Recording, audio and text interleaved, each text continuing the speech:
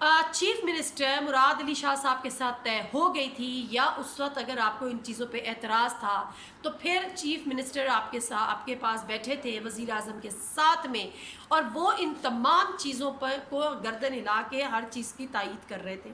تمام چیزیں ان کی خدشات دور ہو گئے تھے، سب نے اس پیکج کو خوش آئند قرار دیا۔ اب جہاں تک بات ہے کہ کون کتنے دے رہا ہے، تو اس میں کلیئرٹی کی ضرورت ہے۔ ہم نے جو اپنے سورسز سے معلوم کیا تو ہمیں جو پتہ چلا ہے وہ مختصراً یہ پتہ چلا ہے کہ اس کا یہ جو 1100 ارب روپے ہے، اس کا بریک اپ کچھ اس طرح سے، وفاق جو دے رہا ہے وہ 614 ارب روپے دے رہا ہے۔ اس پیکیج میں جو وفاق کا 1100 میں حصہ ہے وہ ہے 614 ارب۔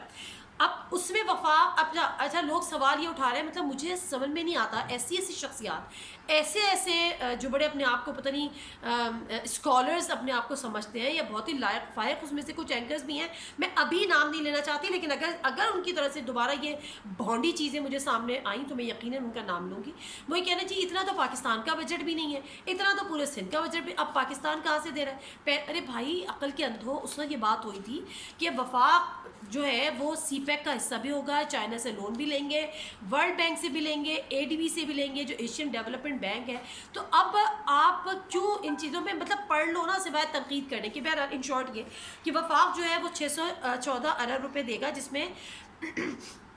وہ ورلڈ بینک سے قرضہ بھی لے گا، اور اس کے ساتھ ساتھ جو چائنا سے قرضہ لے گا جو کہ سی پیک کا حصہ اس کو قرار دیتے ہوئے وہ وفاق جانے اور ان کا کام جانے، کیونکہ جب وہ پے آف کرنا ہوگا تو وہ وفاق ہی کرے گا۔ اب اگر میں آپ مجھ سے 10 روپے مانگتے ہیں، میں آپ کو 10 روپے دیتی ہوں، تو آپ نے مجھے 10 روپے واپس کرنے ہیں، چاہے آپ کہیں سے لون لے کے کریں یا جو بھی کریں، وہ میرا اور آپ کا معاملہ ہے۔ اسی طرح سندھ 375 ارب روپے دے گا جو کہ اے ڈی پی یعنی وہ ایشین ڈیولپمنٹ بینک سے بھی وہ پیسے لے گا، اور جب پے آف ان کو کرنی ہوگی تو وہ سندھ ہی کرے گا۔ تو یہاں تو یہ بات بڑی کلیئر ہو گئی کہ 62% جو ہے وہ وفاق دے رہا ہے، 38% کے قریب جو ہے وہ سندھ دے رہا ہے۔ اس میں اب کوئی دو رائے نہیں ہے۔ یہ جو نیا پروپیگنڈا شروع ہو گیا کہ جی سندھ زیادہ دے رہا ہے، سندھ زیادہ دے رہا ہے، سندھ بہت امیر ہے، سندھ کے پاس بہت پیسہ ہے، تو سندھ نے پہلے یہ کام کیوں نہیں کر لی؟ وہ کیوں پھر وفاق سے مانگتا رہا کہ وفاق ہمیں پیسہ دے تو ہم کراچی کے لیے کچھ کریں؟ بھائی آپ کے پاس 800 ارب تھے جو آپ اب لگا رہے ہیں، تو یہ 800 ارب تو آپ پہلے بھی لگا سکتے تھے۔ کم از کم 50% مسائل کا خاتمہ تو ہو ہی جاتا ہے کم از کم کراچی میں سے، لیکن بہرحال ایسا کچھ نہیں ہوا۔ اگر ہو رہا ہے تو صرف سیاست ہو رہی ہے۔ پھر میں آتی ہوں، ایک آپ لوگوں کو شاید یاد ہوگا، اور اگر کسی کو یاد نہیں ہے یا کسی کے علم میں نہیں ہے تو میں بتاتی چلوں کہ 2018 میں جو کراچی کا بحریہ ٹاؤن ہے، اس وقت کے چیف جسٹس نے اس پہ ایک سوموٹو لیا تھا، اور اس پہ انہوں نے یہ بات کی تھی کہ یہ جو سرکاری اراضی کی الاٹمنٹ ہوئی ہے یہ غیر قانونی طریقے سے ہوئی ہے۔ اس پہ بحریہ ٹاؤن کا کیس چلا، بڑا مشہور زمانہ کیس تھا، ملک ریاض بھی کورٹ میں اپیئر ہوتے رہے، یہ سب کچھ ہوتا رہا۔ بالآخر یہ فیصلہ ہوا کہ یہ جو ریفرنس، یہ جو کیس ہے، یہ جو ریفرنس ہے، یہ نیب کو بھیجا جائے گا، اور نیب کو پابند کیا جائے گا کہ 3 ماہ کے اندر اس کو ریفرنس بنا کے ملک ریاض پہ یا بحریہ ٹاؤن پر کیس کرے، جس پہ ملک ریاض صاحب نے یہ کہا کہ جی آپ ہم یہیں پہ تصفیہ کر لیتے ہیں اور قانونی چارہ جوئی نہ کی جائے، میں 465 ارب روپے دینے کو تیار ہوں اور معاملے کو یہیں پہ ختم کر دیں، یعنی جو کیس ہے وہ یہاں پہ ختم کر دیں۔ تو یہ سپریم کورٹ فنڈ میں یہ اماؤنٹ جانا تھا۔ اب ہمارے ذرائع نے اس بات کو کنفرم کیا ہے کہ اس فنڈ میں سے، یعنی جو بحریہ ٹاؤن جمع کرا رہا تھا، انہوں نے قسطوں میں جمع کرا رہے تھے سپریم کورٹ میں، وہاں سے 125 ارب روپے اس پلان کا حصہ ہوں گے، اس پلان میں وہ ڈلیں گے، یعنی اس طرح سے یہ 1100 کچھ ارب کا پیکج ہوگا جو کہ کراچی ٹرانسفارمیشن پلان ہوگا، جس میں کہ جو چیدہ پلانز ہیں وہ میں نے آپ کو بتا دیے ہیں۔ 3 کیٹیگریز ہیں، ایک تو یہ کہ شارٹ ٹرم یعنی جو 1 سال کے اندر ہوں گے، مڈ ٹرم 2 سال کے اندر، اور پھر لانگ ٹرم جو کہ 3 سال کے اندر یہ منصوبے ہو جائیں گے۔ لیکن یہاں پر جو تھوڑی سی جو مجھے نظر آ رہی ہے وہ اس وجہ سے کہ جو تجاوزات کا خاتمہ، اب پھر ایک بات ہوگی کہ تجاوزات کا خاتمہ اور نالوں کی صفائی این ڈی اے میں کرے گی، جبکہ جو لوگ اس سے نقصان ہوگا، جو لوگ اس سے ہرٹ ہوں گے، یا جو لوگ اس میں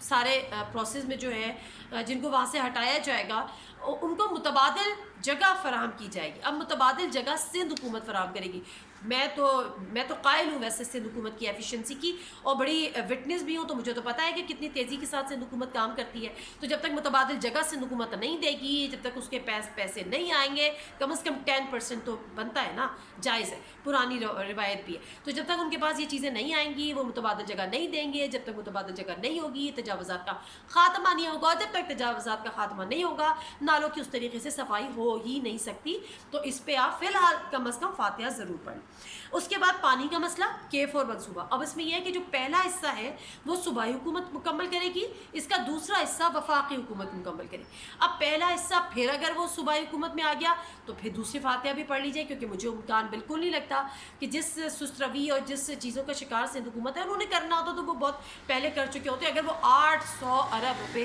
اب لگانے کو تیار ہے. پھر رہ گیا ٹرانسپورٹ کا مسئلہ, جس میں ماس ٹرانزٹ, وہ بھی انہوں نے وفاق کے سر پہ وہ ڈال رہے کہ جی یہ ریلوے کا کام ہے تو یہ وفاق کرے گا, تو یہ ہوگا تو وہ ہوگا. مختصراً یہ کہ یہ سارے معاملے جو ہیں وہ فی الحال یہ اتنا آسان نہیں ہے. پھر ایک کمیٹی جو بنی تھی وہ بڑی امپورٹنٹ کمیٹی ہے, جس میں انہوں نے کہا تھا کہ یہ کمیٹی بنے گی, اور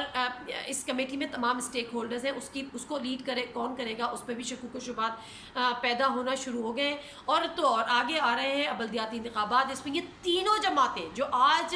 بڑھ چڑھ کر اس پروگرام کا حصہ کہتی ہیں ہم کوئی سیاست نہ کریں, صرف عوام کی خدمت کریں, چاہے وہ PTI ہو, چاہے وہ MKM ہو, چاہے وہ پیپلز پارٹی ہو, تینوں جماعتیں ایک دوسرے کے دست و گریبہ ہوں گی. تو پھر اس وقت یہ کراچی ٹرانسفارمیشن پلان کا فیوچر کیا ہوگا, فیصلہ آپ خود کر لیجیے گا. نادر مرزا کو اجازت دیجیے, اللہ حافظ.